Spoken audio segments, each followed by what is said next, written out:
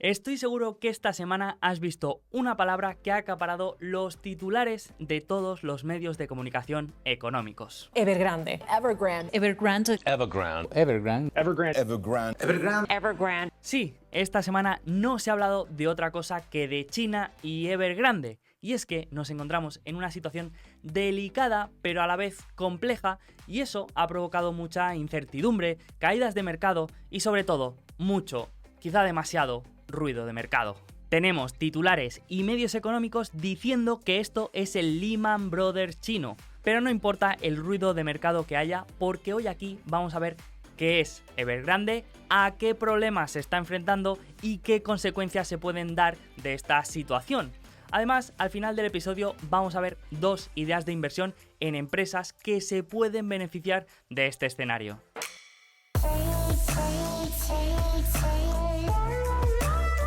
Antes de empezar, recuerda, como siempre, que si quieres estar al día de las empresas que sigues y que tienes en cartera, puedes utilizar la app Quarter.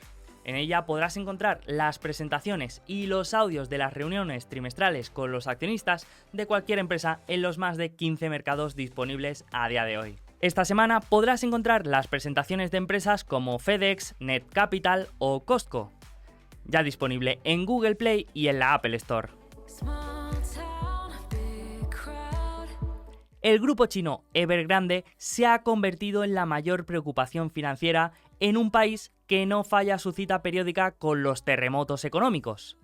El temor a un impago de 300.000 millones de dólares vinculados a innumerables bancos, inversores, proveedores y hasta trabajadores ha agitado los mercados financieros mundiales por el posible impacto que eso pueda tener en el sistema financiero y en la economía en general. El índice del sector inmobiliario chino ha caído por debajo de los niveles de 2016 y el precio de las acciones de Evergrande se ha desplomado un 90% en lo que va de año.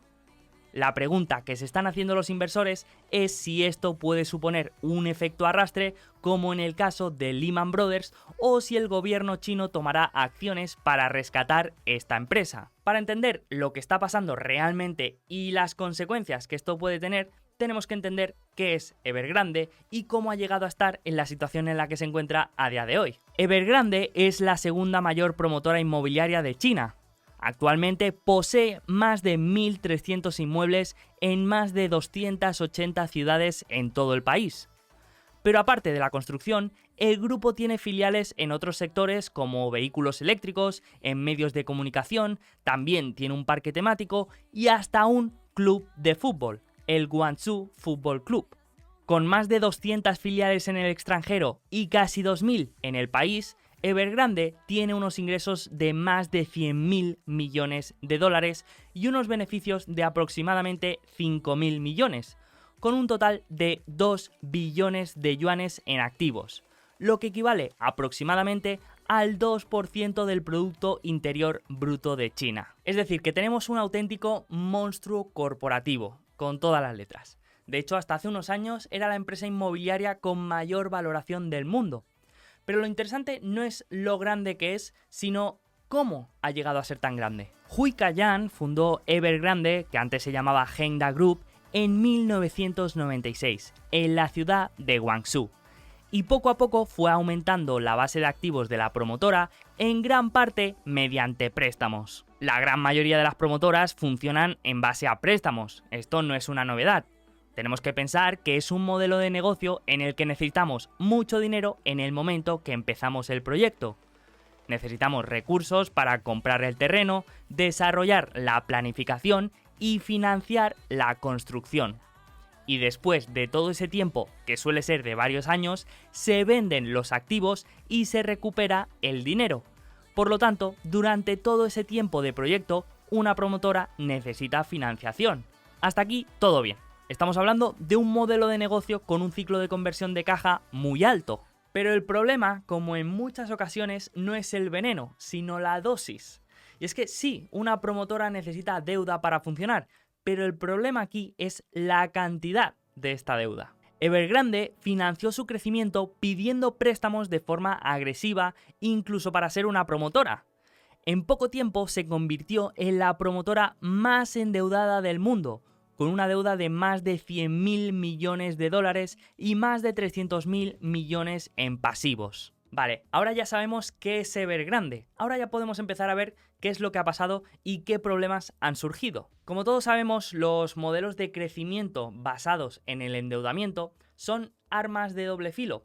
Por una parte, sí, nos permiten llegar más lejos y más rápido de lo que podríamos con nuestros propios medios, pero también suponen un riesgo si algo no sale como lo habíamos planeado y no podemos hacer frente a nuestras obligaciones.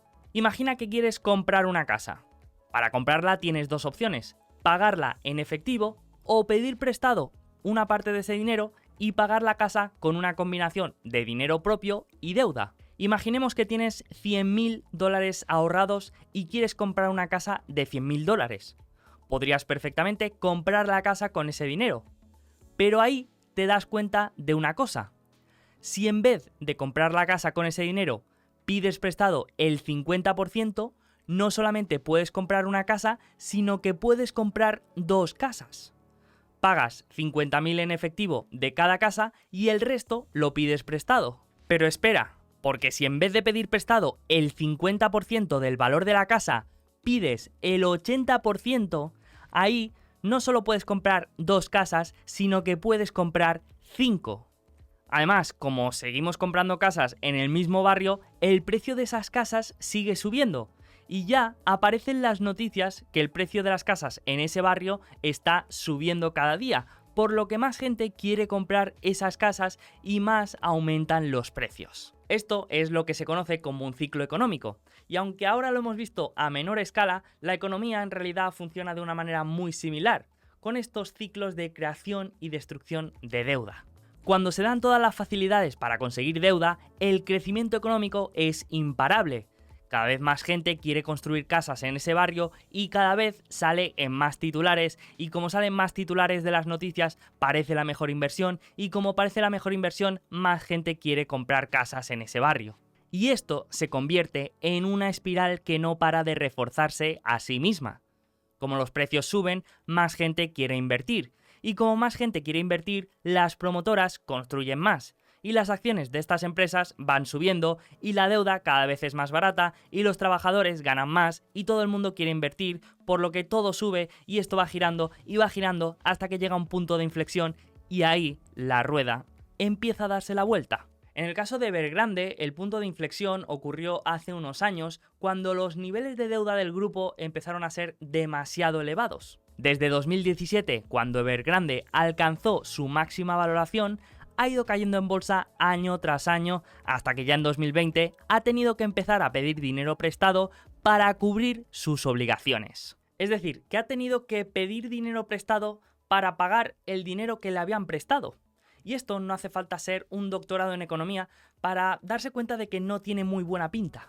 Conforme el grupo Evergrande iba acumulando más y más deuda, la nueva deuda iba siendo más cara, lo que significa que los tipos de interés a los que le dejaban dinero era cada vez más alto. Esto es completamente normal. Si quieres dejar dinero a una empresa, ¿a quién le vas a dejar dinero? ¿A una que tiene caja neta o a otra que tiene un nivel de apalancamiento muy alto? Pues obviamente a la que tiene caja neta, ya que es más probable que te devuelva ese dinero. Por lo tanto, si la empresa muy apalancada quiere que le dejes dinero, tiene que ofrecerte un gran interés para que eso te compense. La rentabilidad de la deuda de Evergrande no ha hecho más que subir desde 2017. Desde el 8% de interés que pagaba entonces hasta casi el 20% que estaba pagando el último verano. Una auténtica locura de rentabilidades que no se pagarían si no fuera porque el mercado asume que el que le presta dinero a Evergrande tiene una probabilidad de no volver a recibir ese dinero de vuelta. Por lo tanto, tenemos una de las mayores promotoras de China, con aproximadamente el 2% de la cartera de inmuebles del país, y en una situación en la que cada vez está más ahogada en deuda y en la que esta deuda cada vez es más cara. En definitiva, que tenemos una crónica de catástrofe anunciada. Y aquí es cuando entran los dos factores que han sentenciado prácticamente la viabilidad de este imperio inmobiliario. El primero de ellos ha sido la baja calidad de sus activos.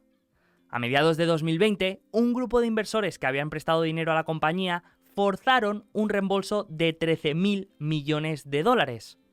Por aquel entonces, Evergrande arrastraba ya una deuda total de 120.000 millones repartida entre más de 100 bancos y grupos de inversores distintos. Una gran parte de esa deuda con vencimiento a finales de ese año.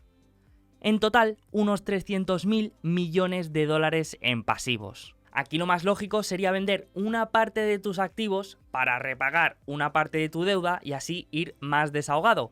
Pero esto ha hecho aflorar uno de los problemas que no todo el mundo había tenido en cuenta, y es que la cartera de activos inmobiliarios de Evergrande está compuesta en gran medida por proyectos en desarrollo, es decir, edificios inacabados que solamente puedes vender a fondos especializados. Pero es que los fondos especializados que podrían estar interesados en adquirir estos activos no están dispuestos a comprarlos porque la mayoría están situados en ciudades de segunda y tercera categoría.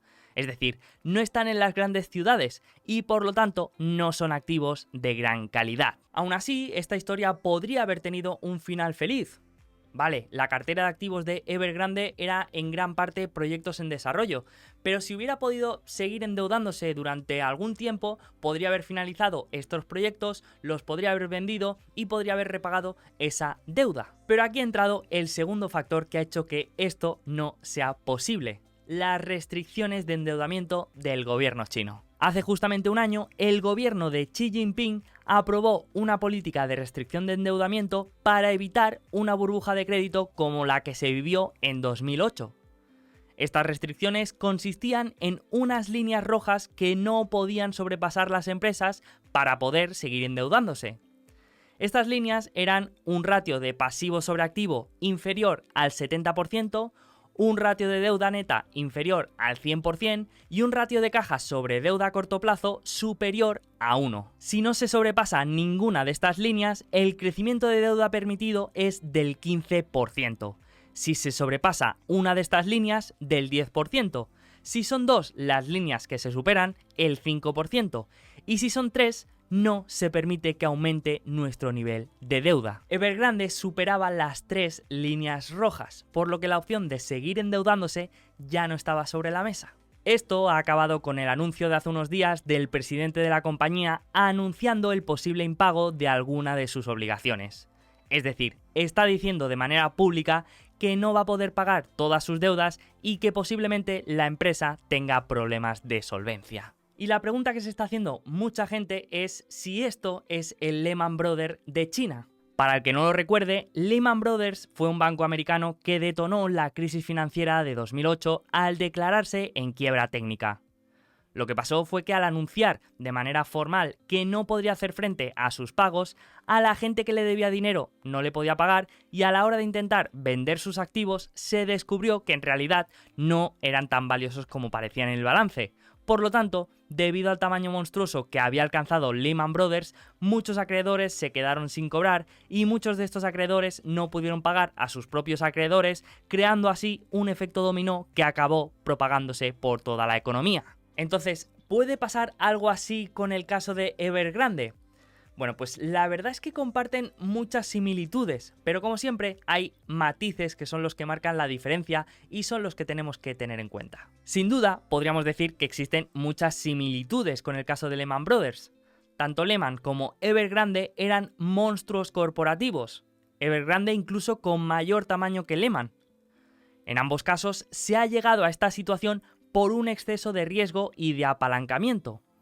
Y en ambos casos, la lista de perjudicados directos es enorme. China es el país con mayor inversión doméstica en activos inmobiliarios.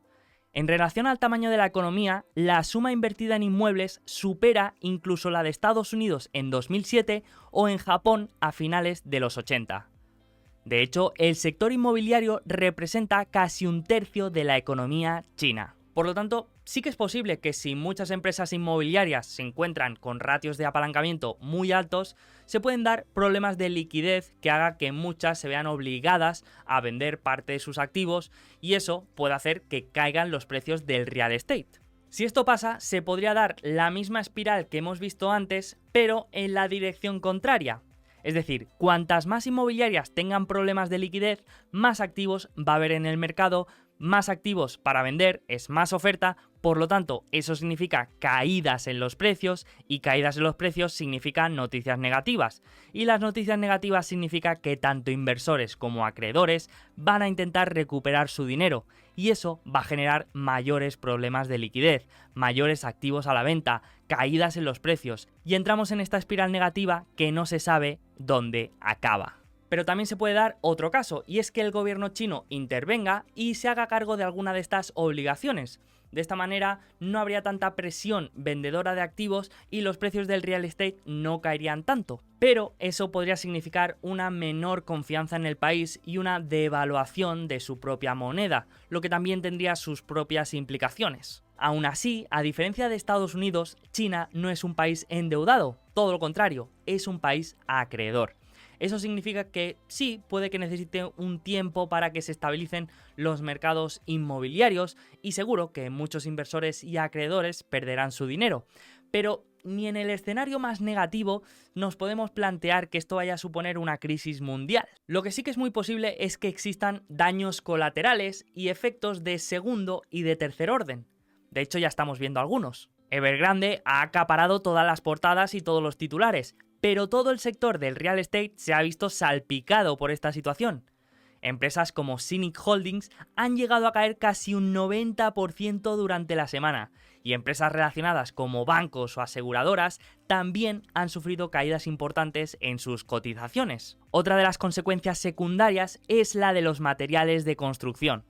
Si las inmobiliarias entran en problemas de solvencia, todos los proyectos inmobiliarios en desarrollo o en fase de planificación es muy probable que se pospongan o directamente que se cancelen. Por eso es muy probable que materias primas como el hierro o el cobre sufran mucho debido a esta caída de la demanda para la construcción. Así que como vemos nos encontramos en un escenario bastante complejo, pero yo creo que ni la persona más negativa se puede imaginar un Lehman Brothers chino o que esta situación vaya a arrastrar al resto de la economía mundial. Sin embargo, tampoco creo que sea algo intrascendente que podamos olvidarnos de aquí a una semana.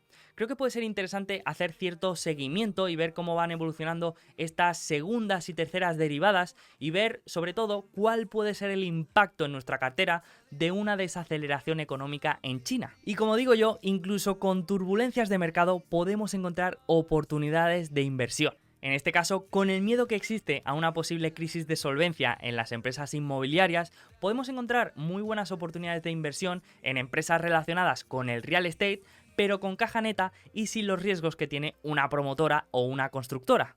Una de estas empresas es Kaisa Prosperity.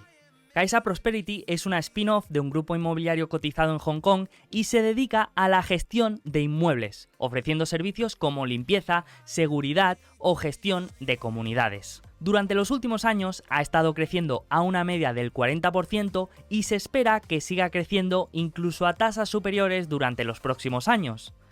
Si miramos su balance, podemos ver que es una empresa que no tiene deuda y que su efectivo disponible supone casi el 40% de su cotización de mercado. Si miramos los beneficios que esperamos que obtenga este año, estaríamos comprando esta empresa a 8 veces ese beneficio, un múltiplo muy inferior al que suelen cotizar otras empresas relacionadas. Otra oportunidad interesante podría ser una empresa beneficiada directamente de una quiebra de Evergrande. Este sería el caso de Houlihan Lokey. Houlihan Lokey es un banco de inversión internacional especializado en reestructuraciones financieras que trabaja con empresas de todas partes del mundo.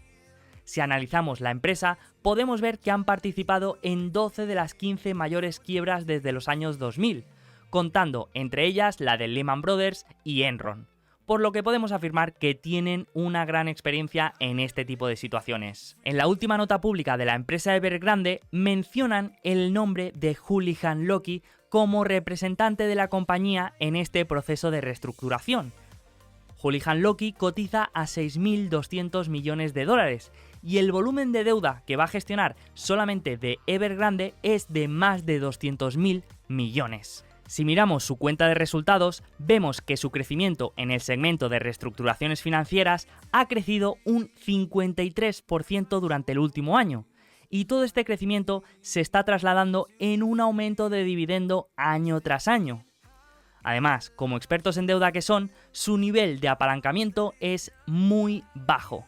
Actualmente cotiza a 20 veces su beneficio, pero teniendo en cuenta su crecimiento de los últimos años, su barrera de entrada y el volumen de trabajo que puede tener solo en China, resulta una situación muy atractiva. Así que con esto ya hemos visto qué es Evergrande, a qué problemas se está enfrentando y qué consecuencias se pueden dar de esta situación. Además, hemos visto oportunidades de inversión que podemos aprovechar los inversores particulares. Así que espero que te haya gustado y te animo a dejar en los comentarios qué te ha parecido. Si crees que esto puede ser un Lehman Brothers chino, si no, si conoces alguna empresa que se puede beneficiar de esta situación, incluso si quieres que hable de otro tema relacionado. Así que os leo a todos y nos vemos en la siguiente.